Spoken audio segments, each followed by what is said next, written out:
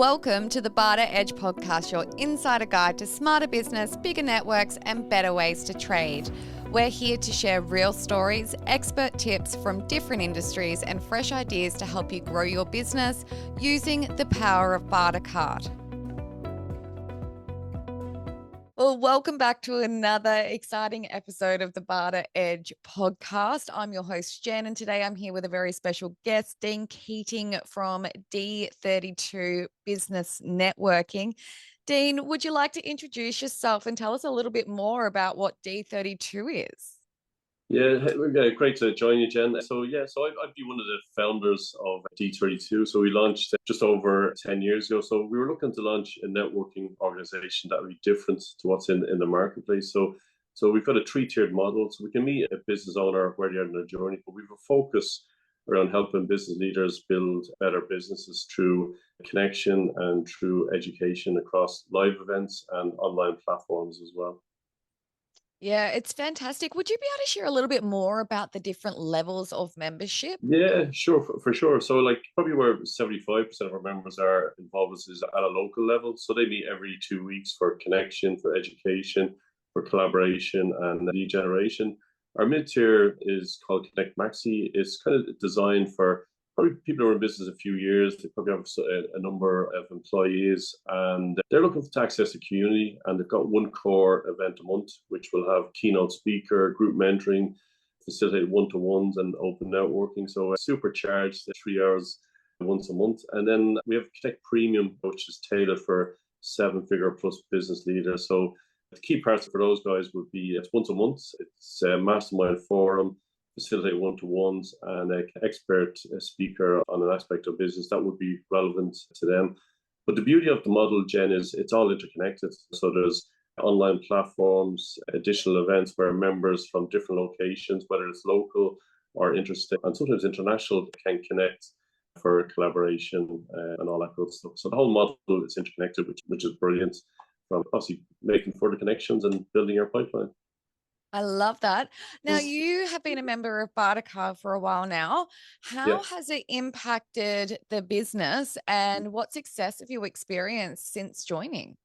Yeah, it's like Bartercard's been brilliant for us. So we launched, as you know, over East nearly 2 years ago. So it was like starting a new business because obviously nobody knew myself or Lorraine personally. There was no brand awareness. So to kind of work with Bartercard so early on with this was brilliant. Just getting the support around even what we call basic stuff, even finding venues, meeting people, getting introductions, and just getting advice how we navigate kind of developing D32 on the Gold Coast and beyond.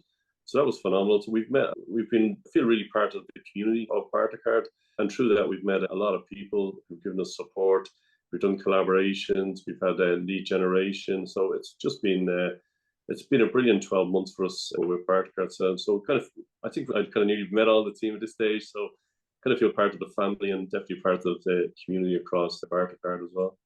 Well, whenever you are up here on the Gold Coast, we do see your face in our office. It's always great to have you pop in. Now, cheers.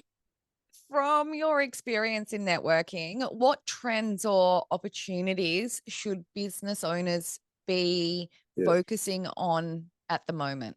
Yeah, I think like if you're in business, you're in the people business. So like networking is a great strategy for meeting people, connecting people.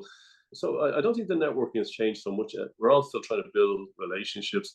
I think probably where it's changed is, I mean, you've got technology, which kind of helps build the relationships for keeping in touch online. So I would use technology myself, whether it's something as simple as texting, AI, CRMs, etc., for keeping in touch with connections I've made over the years through networking. But I think if you bring it down, Jen, like networking, you're still trying to connect as a human being before anything can take place in terms of introductions or collaboration. So I think that part probably hasn't changed too much over the years. Probably a big change I see is, as I'm doing it a long time for District 32, people are a bit more fussy about the food. So I suppose when I started 30 years ago was here it is, like it or lump it. So the food and the coffees are a big part of the experience, I think, for people networking these days. Oh, yes, absolutely. I do love my coffees in the morning. Now, you did mention something quite interesting there that I think is important to highlight, and that's people are really craving connection. And I Yeah. think that with the uprising of AI, we cannot hide from AI in business anymore. But getting those personal connections, people want to do business with people that they connect with, and that's how you build trust. Would you agree that connection is vital for business success? Yeah, 100%, Jen. I think if you kind of reflect even back, it's not too many years ago when we had all the lockdowns. And I think from a social point of view, we realized as humans, we do need connection. And I think when the lockdowns were ended, we were all reconnecting as family members and friends. And business is no difference. Without connection, without relationship, nothing happens. No matter how good your product is, and no matter how good your service is, unless people connect with you as an individual, nothing will happen. I think you made a great point in terms of the AI. Again, I think it's important that we don't become too reliant, sitting behind keyboards and relying on bots, and that we still are personal with people we're looking to connect with, collaborate with, or even recommend. So yeah, the human connection is still 100% vital. Yes, absolutely. Now, effective networking. So we've got ineffective networking, which Mm. I think is more a coffee catch up. Yeah, yeah, But then there's effective networking, and it isn't just about showing up, but it's also about strategy. So, what three top tips do you have for our listeners, Dean, yes. on how to maximize networking effectively? Yeah. I think like for me, like with networking, I mean, there's so many positives to it. There's motivation, there's inspiration, there's education, but there has to be a business development aspect to it as well. So it's important if you're looking, let's just, if we're focusing, say, on the business development. So what is the plan? So that's the first thing is there's no point in just turning up and not having a plan. How am I going to leverage the group to get introductions or collaboration? But secondly, what is your system like? So, I mean, it's great if you go to a networking event, you meet people. But ask yourself the question: what happens next? What is the plan to nurture that relationship? Whether it's in per, it should be I suppose, a combination of in person and even like or automation touch points. I suppose the third one, and that's THIRD, is it like what, how are you going to cement that relationship in terms of personally? Like, is it a coffee catch up? What are you looking for the relationship as well? So I think if you ask those questions, have a plan, have a system, and be looking for an outcome. Because otherwise, I think you framed it quite well. It's just it becomes a social catch up. So, and again, I think if you're doing networking, Jen, and you're struggling with any of that, so many business owners who have been doing it a long time and have expertise and can give you some guidance on how to get the outcomes you're looking for from your networking as well. Or give me a shout directly. Happy to help. You're always such a generous person with your time and your encouragement, Dean. So I know that the District 32 members all know and love you and Oh, Lorraine for cheers. the opportunities that you bring for businesses. But why did you partner with Bartercard, and what benefits have you seen since joining? Well, it's funny, I was just coming back to it. As you mentioned the last question, connection. I met Renee first. I got introduced to Renee, and then I met Andrew. And I suppose I connected with them as individuals. I kind of really liked their philosophy on business, their values. And then I've also met the extended team. I've met Paul, also yourself, Leon, Wendy, and the rest of the team. So I connected initially, I suppose, as an individual. And I suppose they were very giving. I felt the support. So it was kind of a no-brainer to get involved with Bartercard. I'd experienced the difference, I suppose, before becoming a member. I says since becoming a member, like we've done collaboration on events, which has been great. It's a good endorsement of myself personally because I'm new to the Gold Coast and of District 32. We benefit through introductions, closed business. So there's just so many levels. But even I suppose the knowledge share actually from the Bartercard team has been superb as well. Obviously, Andrew is such a long history in business, so it's been invaluable even getting tips from Andrew as well. Yeah, he's definitely like a business mentor for our clients, that's for Yeah, sure. yeah. So, if a business owner was thinking about joining Dean, what encouragement or advice would you give them?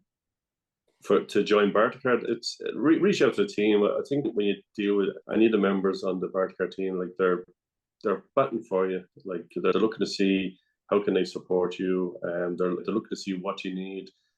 How can they get you to the next level of business? How can they connect you to relevant partners or for collaborations. It's such a friendly organization. It's very easy to get on with the team there as well. So, and I appreciate all the help I've got over the last 12 months or so as well. Fantastic. Great advice there, Dean.